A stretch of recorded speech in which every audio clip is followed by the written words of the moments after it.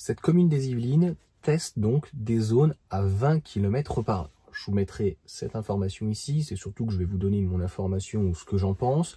Et même encore une fois, si c'est des vidéos qui ne font pas forcément beaucoup de vues, c'est quand même très important de revenir. Je tiens à rappeler que la vitesse à la base, c'est une vitesse maximale et qu'il faut pouvoir donc s'adapter éventuellement en fonction du trafic, de l'état de la route et éventuellement s'il y a une école à côté, parce que c'est ça finalement l'argument.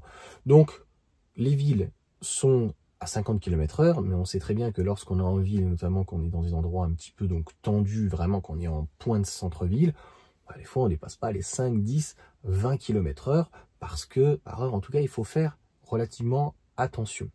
Donc cet argument, je trouve extrêmement fallacieux de dire il faut faire attention aux cyclistes, il faut faire donc attention au vélo, il faut faire attention aux trottinettes, etc.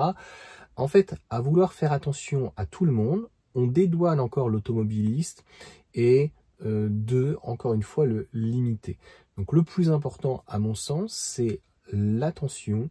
Mais malheureusement, sans attention, tu pourras rouler à 20 km/h, 10 km/h. C'est malheureusement comme une moto qui prendrait une voiture de plein fouet à 20-50 km/h. Je dis pas que c'est pareil, mais l'impact reste très important. Ou un vélo ou une moto ou autre, quelqu'un qui tomberait sur malheureusement le trottoir, que tu sois à l'arrêt ou à 10 ou 40 km/h, des fois, c'est pas parce que tu vas plus vite que forcément il y aura plus de dégâts.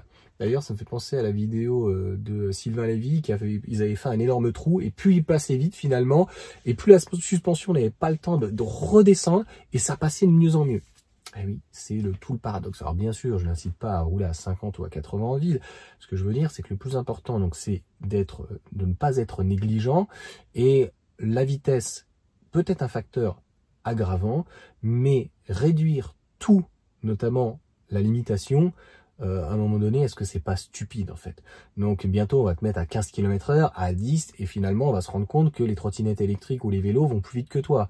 Donc est-ce qu'il faudrait pas aussi réguler les trottinettes ou les vélos? Alors c'est dans les Yvelines, mais on a l'habitude dans les grandes villes, surtout à Paris, où ça devient un bordel pas possible. Les vélos, les piétons, ils traversent au rouge, font attention à rien, les gens sont indisciplinés. Donc je pense qu'à mon sens, ça passe déjà par la discipline. Et ça, c'est très important. Donc, c'est bien beau de mettre des règles, mais trop de règles, tu les règles. Et puis, à un moment donné, est-ce qu'elles ne sont pas un petit peu trop stupides? Voilà en tout cas moi ce que j'en pense. Est-ce que ça a été utile? À mon sens, non. Au pire des cas, ils ont qu'à mettre une caméra et puis verbaliser si la personne n'a pas laissé passer, par exemple, un piéton. C'est aussi simple que ça. Voilà, il me semble que c'est 4,90 €. Donc je pense que si on doit taper au portefeuille, c'est de cette manière-là, et arrêter en fait d'emmerder les gens avec les vitesses, parce qu'aussi on n'y comprend plus rien. 20 km/h, 30, est-ce que c'est 50? Il y a des endroits c'est 70, il y a des endroits c'est même 60, 55, j'ai déjà vu, 75 km/h, 80, 90, 110, franchement, on n'y comprend plus rien. Donc la vigilance et la vigilance.